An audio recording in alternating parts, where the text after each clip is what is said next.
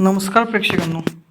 मालिकेच्या आगामी भागामध्ये एकामागून एक असे जबरदस्त धक्के बसणार आहेत की आता वल्ललीचं सत्य फार काळ लपून राहणार नाही हे स्पष्ट झालं आहे. कारण रमाकांत यांच्या मृत्यूमागचं रहस्य शोधता शोधता ईश्वरीच्या हातामध्ये असे दोन महत्त्वाचे पुरावे लागले आहेत ज्यामुळे तिचा संशय थेट वल्ललीवर जाऊन थांबणार आहे.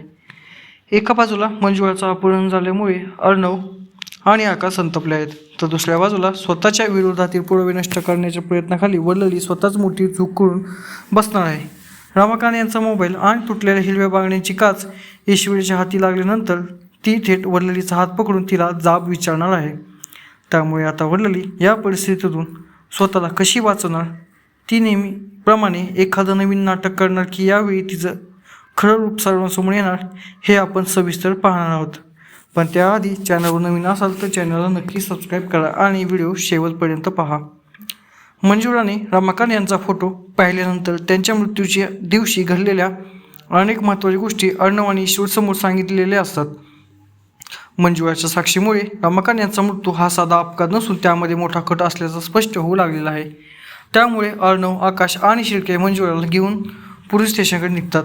मंजुळाची जबाबदारी नोंदवून घेऊन तिच्याकडे असलेली माहिती अधिकृतपणे पोलिसांसमोर ठेवायची असा त्यांचा निर्णय असतो. मात्र ते रस्त्याने जात असतानाच अचानक काही गुंडांनी गाडी त्यांच्या गाडीसमोर येऊन थांबते. गुंड मुद्दाम गाडी आडवी लावून त्यांचा मार्ग अडवतात. कोणाला काही समजण्याआधीच ते अर्णवच्या गाडीवर हल्ला करायला सुरुवात करतात. अर्णव, आकाश आणि शिर्के लगेच गाडीमधून बाहेर पडतात.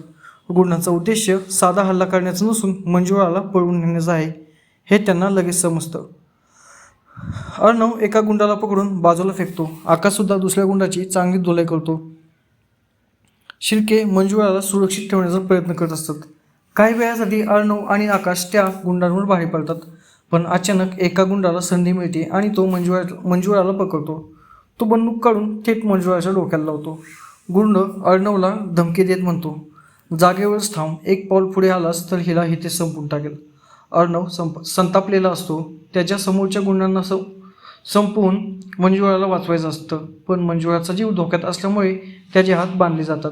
मंजुळा रडत अर्णवकडे पाहत असते. ती स्वतःला गुंडांच्या तावडीतून सोडवण्याचा प्रयत्न करते, पण गुंड तिला जबरदस्तीने त्यांच्या गाडीमध्ये बसवतात. अर्णव मोठ्याने ओरडतो, तिला सोडा, तिचा या सगळ्याशी काहीच संबंध नाही.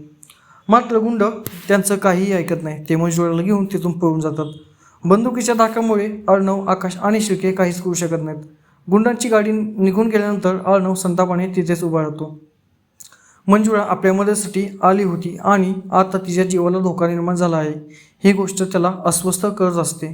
यानंतर तिघेही थेट पोलीस स्टेशनमध्ये पोहोचतात. पोलीस अधिकारी नेहमीप्रमाणे त्यांना शांत राहण्यास सांगतात आणि CCTV फुटेज तपासण्याचं आश्वासन देतात. मात्र यावेळी आकाशचा संयम तुटतो. तो पोलिसांवर ओरडत म्हणतो, गेली जवळजवळ 3 आठवडे माझ्या काकांचा मृत्यू होऊन गेला आहे. त्या दिवशीचं CCTV फुटेज डिलीट झालं असं सांगून तुम्ही हात वर केले. अजूनपर्यंत तुम्ही त्यामागे कोण आहे हे शोधू शकलेलं नाही आणि आता आमच्या डोळ्यांसमोर एका मुलीचं अपहरण झालं. यावेळी आम्ही फक्त फुटेज तपासतोय हेच उत्तर देणार आहात का? अर्णवसुद्धा पोलिसांना सांगतो, मंजुळाच्या जीवाला धोका आहे. तिला पळवून येणाऱ्या लोकांना आमच्या हालचालींची आधीपासून माहीत होती. आम्ही तिला पोलीस स्टेशनला घेऊन निघालो आहोत. ही बातमी त्या लोकांकडून कशी पोहोचली याचा तातडीने तपास करा. पोलिसांकडून नेहमीसारखी आश्वासन मिळतात, पण अर्णवला आता फक्त पोलिसांवर अवलंबून राहून चालणार नाही हे समजलेलं असतं. त्याला सर्वात आधी मंजुळाच्या वडिलांना भेटणं महत्त्वाचं वाटतं, कारण मंजुळा त्यांच्यासोबत असताना तिचं अपहरण झालेलं असतं. तिच्या वडिलांना बाहेरून ही बातमी समजण्यापेक्षा आपण स्वतः जाऊन खरं सांगितलं तर अधिक चांगला असेल असा अर्णवचा विचार असतो. अर्णव आणि आकाश मंजुळाच्या घरी पोहोचतात. मंजुळाचे वडील लोकांना पाहून विचारतात, मंजुळा कुठे आहे? ती तुमच्यासोबत गेली होती ना? अर्णवच्या चेहऱ्याकडे पाहून त्यांना काहीतरी चुकीचं घडलं आहे हे समजतं. अर्णव त्यांना संपूर्ण घटना सांगतो. रस्त्यामध्ये गुंडांनी कसा हल्ला केला आणि बंदुकीच्या धाकावर मंजुळाला कसं पळवून नेलं हे तो त्यांच्यासमोर स्पष्ट करतो.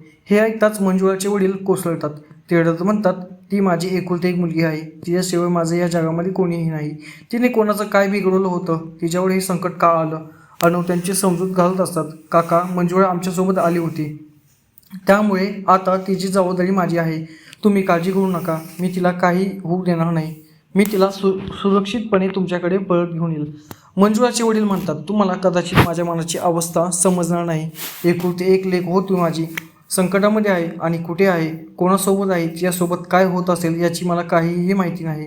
अर्णव त्यांचा हातात हात घेतो आणि तुमच्या मुलीला शोधून आणल्याशिवाय मी शांत बसणार नाही हा शब्द आहे. अर्णवने मंजुळाच्या वडिलांना शब्द तर दिला असतो, पण तो पूर्ण कसा करायचा हा मोठा प्रश्न त्यांच्यासमोर असतो. यानंतर अर्णव आणि आकाश घरी परततात. घरातील सगळेजण त्यांचीच वाट पाहत असतात. मंजुळाने रमाकांत यांच्या मृत्यूबद्दल काय माहिती दिली, पोलीस स्टेशनमध्ये काय झालं आणि त्याच्या साक्षीमुळे सत्यापर्यंत पोहोचता येईल का, असे अनेक प्रश्न सगळ्यांच्या मनामध्ये असतात. पण अर्णव आणि आकाश घरी येताच त्यांच्या चेहऱ्यावरील तणाव पाहून सगळ्यांना काहीतरी गंभीर घडलं आहे हे जाणवतं. आजी विचारतात काय झालं, मंजुळा कुठं आहे. आकाश संपूर्ण घटना सांगतो. तो म्हणतो आम्ही तिला पोलीस स्टेशनमध्ये घेऊन चाललो होतो. मध्येच गुंडांनी आमची गाडी अडवली. त्यांनी आमच्यावर हल्ला केला आणि बंदुकीच्या धाकावर मंजुळाला घेऊन गेले. हे ऐकून घरातील सगळ्यांनाच मोठा धक्का बसतो. ईश्वरी मात्र लगेच त्या घटनेमधील महत्त्वाची गोष्ट पकडते. ती म्हणते मंजुळा आज आपल्याकडे आली होती. तिने बाबांबद्दल जे काही पाहिलं होतं, सांगितलं होतं ते आपल्याला सांगितलं होतं. त्यानंतर लगेच आपण तिला पोलीस स्टेशनला घेऊन निघालो. एवढ्या कमी वेळामध्ये बाहेरच्या लोकांना ही माहिती कशी मिळाली. सगळेजण ईश्वरीकडे पाहू लागतात. ईश्वरी पुढे म्हणते आपण मंजुळाला कुठे घेऊन चाललो आहोत हे फार कमी लोकांना माहीत होतं. मग गुंडा नेमका त्याच रस्त्यावर कसे पोहोचले, त्यांनी मंजुळालाच का अडवलं, याचा अर्थ कुठून तरी आपली माहिती त्यांच्यापर्यंत पोहोचली आहे. अंजलीसुद्धा ईश्वरीच्या म्हणण्याला दुजोरा देते. ती म्हणते ईश्वरीचं म्हणणं बरोबर आहे. एवढ्या कमी वेळामध्ये ही बातमी बाहेर गेली कशी, म्हणजे नक्कीच काहीतरी गंभीर आहे. हे सगळं ऐकून वल्ललीच्या पोटामध्ये गोळा येतो. कारण मंजुळाने सत्य सांगितल्याचं वल्ललीनेच उदयकांतला कळवलेलं होतं. उदयकांतच्या सांगण्याहून गुंडांनी मंजुळाचं अपहरण केलेलं असतं. वल्लली मनात म्हणते या ईश्वरीचं डोकं जरा जास्त चालायला लागलं आहे. मंजुळाला तर उदयकांतच्या मदतीने गायब केलं, पण आता या ईश्वरीचं काय करायचं. ही अशीच प्रश्न विचार राहिली तर माझ्यापर्यंत पोहोचायला तिला वेळ लागणार नाही. तेवढ्यात नम्रता नेहमीप्रमाणे मधी पडते. ती म्हणते ईश्वरी तुला नेमकं काय म्हणायचं आहे. घरामधून बातमी बाहेर गेली म्हणजे घरातील कोणीतरी त्या गुंडांना माहिती दिली असा आरोप करायचा आहे का तुला. ईश्वरी शांतपणे उत्तर देते मी कोणावरही आरोप केलेला नाही, पण जे घडलं आहे त्यामागे काहीतरी कारण नक्की आहे. मंजुळाचं अपहरण योगायोगाने झालेलं नाही. कोणीतरी तिचं तोंड बंद करण्यासाठी हे सर्व केलेलं आहे. नम्रताच्या बोलण्यामुळे वल्ललीला थोडा दिलासा मिळतो. तिला वाटतं की नम्रतामध्ये पडून ईश्वरीच्या प्रश्नाची दिशा बदलली आहे, पण तिला हे माहीतच नसतं की तिच्या विरोधातील सगळ्यात मोठा पुरावा अजूनही तिच्या जवळ आहे. रमाकांत यांचा मोबाईल वल्ललीने स्वतःकडे लपवून ठेवलेला असतो. रमाकांत त्यांच्या मृत्यूमागचं सत्य उघड करण्यासाठी हा मोबाईल अत्यंत महत्त्वाचा असतो. त्यामध्ये कॉल रेकॉर्ड्स, मॅसेज किंवा उदयकांतशी संबंधित काही पुरावे असण्याची शक्यता असते. ईश्वरीच्या प्रश्नानंतर वल्लली घाबरते. ती मनामध्ये म्हणते आता हा मोबाईल माझ्याकडे ठेवणं धोकादायक आहे. कोणाच्या हातात तो लागण्याआधी मला तो कायमचा गायब करावा लागेल.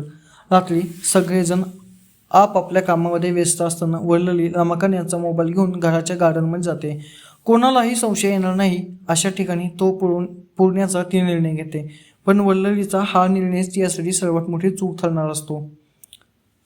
वल्लली गार्डनमधील एका झाडाजवळ माती उकळते आणि रमाकांत यांचा मोबाईल तेथे ठेवते. त्यावर पुन्हा माती टाकून ती जागा व्यवस्थित करण्याचा प्रयत्न करते. माती उकळताना तिच्या हातातील हिरवी बांगडी फुटते. तुटलेल्या बांगडीची काच तिच्या हाताला लागते आणि तिच्या हातातून रक्त येऊ लागतं.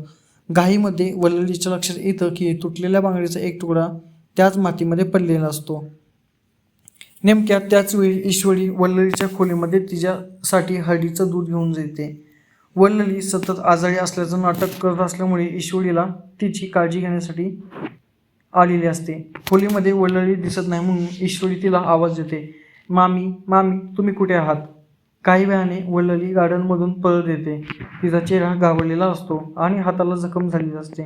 ईश्वरी लगेच तिचा हात पकडून विचारते मामी हे काय झालं तुमच्या हाताला, एवढं रक्त कसं आलं. वल्लली घाईघाईने हात मागं घेत म्हणते काही नाही, सहज बांगडी लागली. ईश्वरी म्हणते सहज बांगडी लागली पण तुमच्या हातामध्ये तर आता बांगड्याच नाही आहेत. ईश्वरीचा प्रश्न ऐकताच वल्लली गोंधळते. कारण हाताला जखम झाल्यानंतर संशय येऊ नये म्हणून तिने उरलेल्या सगळ्या हिरव्या बांगड्या काढून ठेवलेल्या असतात. वल्लली विषय बदलण्याचा प्रयत्न करते पण ईश्वरी तिच्या हातावरील जखम आणि तिचं घाबरलेलं वागणं विसरत नाही. तिच्या मनामध्ये वल्ललीबद्दलचा संशय आणखी वाढलेला असतो. दुसरीकडे अर्णव मंजुळाचा शोध घेण्यासाठी शिर्क्यांना फोन करतो. तो त्यांना म्हणतो मंजुळाचा मोबाईल नंबर ट्रेस करा. गुंडांची गाडी कोणत्या दिशेला गेली, त्या मार्गावरील कसे सगळे CCTV तपासा. मला उद्यापर्यंत मंजुळाला शोधायचं आहे. मी तिच्या वडिलांना असा शब्द दिला आहे.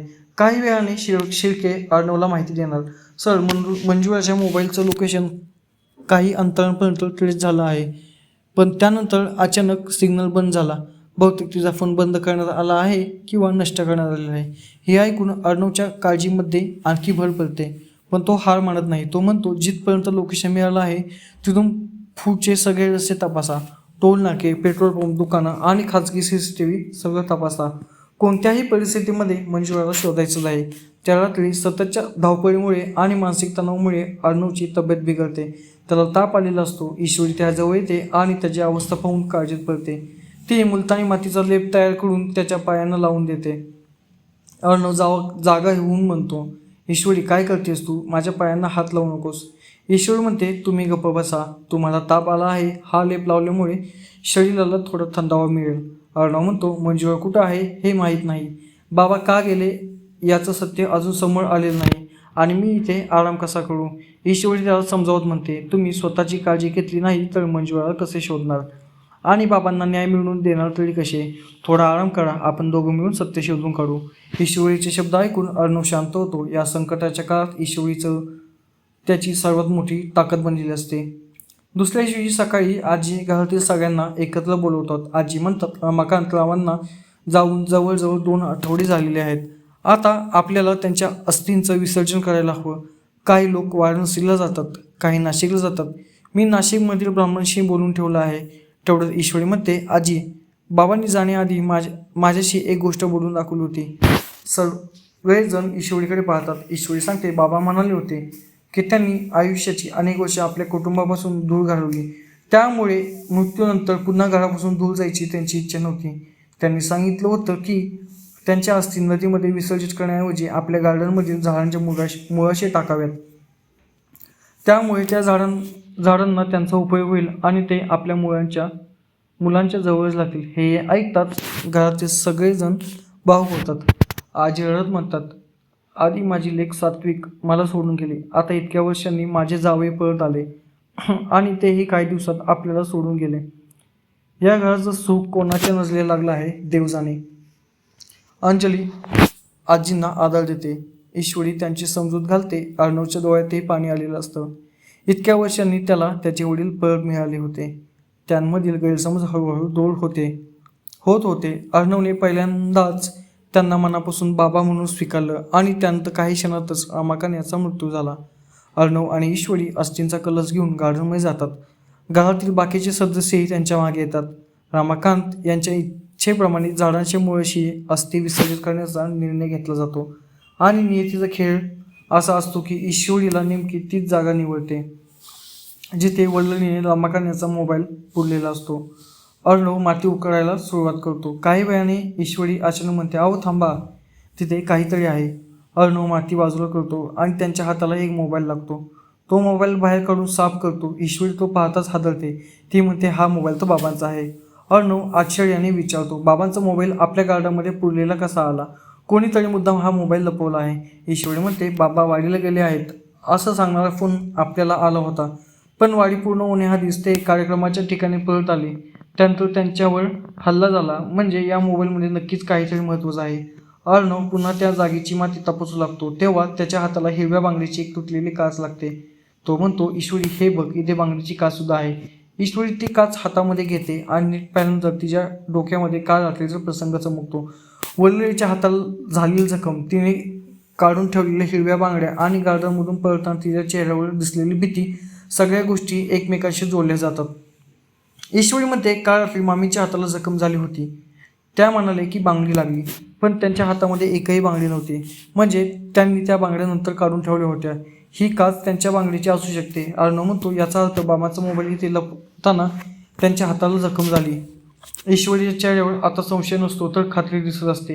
ती तुटलेल्या बांगडीची काच हातामध्ये घेते आणि थेट घरामध्ये जाते. वल्लली तिला पाहताच घाबरते. ईश्वरी वल्ललीचा हात पकडते आणि तिच्या जखमेवर नजर टाकते. ती विचारते, मामी, काल रात्री तुमच्या हाताला ही जखम नेमकी झाली कशी? वल्लली म्हणते, मी तुला सांगितलं ना, बांगडी फुटली म्हणून. ईश्वरीच्या समोर हिरव्या बांगडीची काच धरते आणि म्हणते, हीच बांगडी फुटली होती का? कारण ही काच आम्हाला गार्डनमध्ये सापडली आणि त्याच जागेवर बाबांचा मोबाईल सुद्धा पुरलेला होता. ईश्वरीचा प्रश्न ऐकताच वल्लरीच्या चेहऱ्यावरील रंग उघडतो. तिच्याकडे बोलण्यासाठी एकही शब्द नसतो. ईश्वरी पुढे म्हणते, काल रात्री तुम्ही खोलीमध्ये नव्हता. तुमच्या हाताला जखम झाली होती. तुम्ही हातातील सगळ्या हिरव्या बांगड्या काढून ठेवल्या आणि आज नेमक्या त्याच ठिकाणी बाबांचा मोबाईल आणि तुमच्या बांगडीची काच सापडली. आता तरी सांगा, तुम्ही तो मोबाईल तिथे का लपवला होता? आता वल्लरी रंगे हात पकडली गेलेली आहे, पण ती इतक्या सहजपणे सत्य मान्य करणाऱ्यांपैकी नाही. त्यामुळे पुढच्या भागामध्ये ती स्वतःला वाचवण्यासाठी नक्कीच एखादं नवीन नाटक करणार आहे. वल्लरी सगळ्या आरोपणाकडून ईश्वरीच खोटं ठरवण्याचा प्रयत्न करते. नम्रता पुन्हा वल्लरीची बाजू घेऊन ईश्वरीशी भांडणार का? रमाकांत यांच्या मोबाईलमधून उदयकांत आणि वल्लरीचा कटाचा मोठा पुरावा मिळणार का? आणि सर्वात महत्त्वाचं म्हणजे अर्णव मंजुळाला दिलेल्या वेळेत शोधून आणेल का? तुम्हाला काय वाटतं? वल्लरी यावेळी कोणतं नवीन नाटक करेल? तिचं सत्य अर्णव समोर येईल का? आणि रमाकांत यांच्या मोबाईलमध्ये नक्की कोणता मोठा पुरावा दडलेला असेल?